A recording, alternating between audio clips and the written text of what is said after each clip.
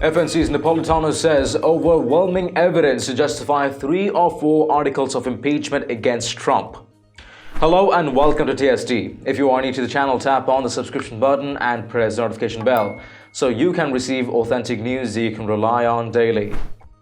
In an interview with Reason's Nick Gillespie on Friday, Fox News analyst Andrew Napolitano said there was overwhelming evidence of impeachable actions by President Donald Trump.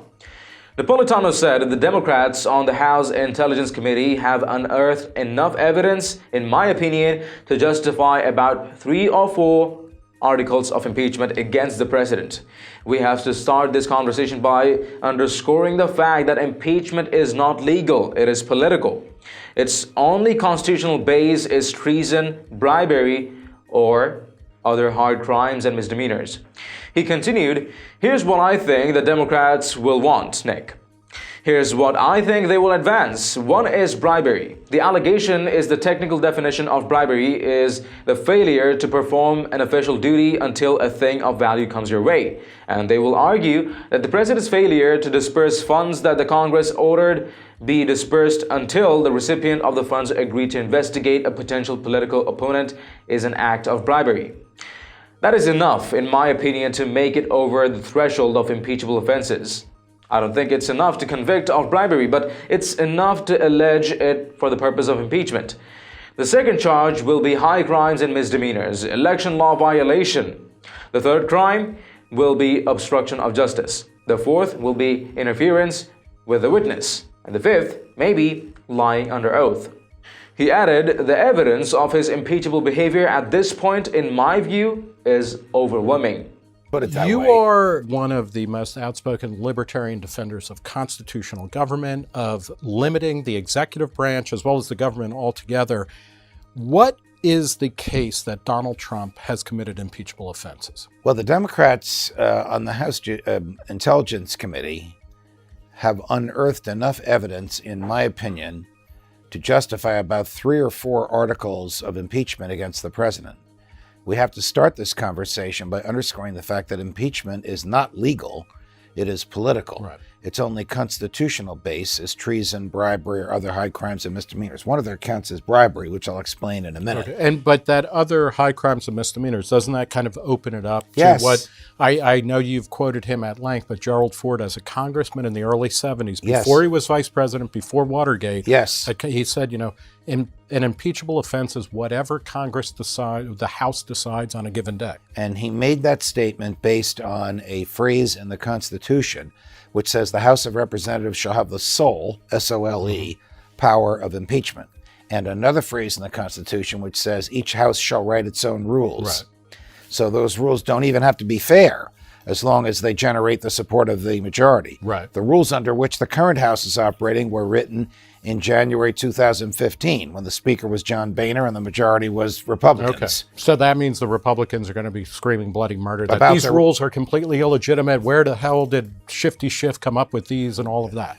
Congressman Schiff, whether you like him or not, whether you agree with him or not, is following rules that the Republicans authored 4.5 years ago. What are those 3 or 4 articles? Because when you go into impeachment, and I'm trying to channel this from 20 years ago, right. When Bill Clinton was impeached. Now, wait a minute. Okay. You were a baby 20 years ago. That is true, but I was precocious, Judge. I was precocious. Right. Here's what I think. We had basic cable in the womb. Right. So. Here's what I think the Democrats will want, Nick. Here's what I think they will advance. One is bribery. Mm-hmm. The allegation is, the technical definition of bribery is the failure to perform an official duty until a thing of value comes your way. And they will argue that the president's failure to disperse funds that the Congress ordered be dispersed until the recipient of the funds agreed to investigate a potential political opponent is an act of bribery. That is enough, in my opinion, to make it over the threshold of impeachable offenses. I don't think it's enough to convict of bribery, but it's enough to allege it for the purpose of impeachment. The second charge will be high crimes and misdemeanors, election law violation. The third crime will be obstruction of justice. The fourth will be interference with a witness. And the fifth may be lying under oath. Take that last one. There are reports based upon a letter that the General Counsel of the House of Representatives wrote to the United States Court of Appeals for the District of Columbia Circuit when in seeking copies of the grand jury materials in the Mueller investigation and asked why.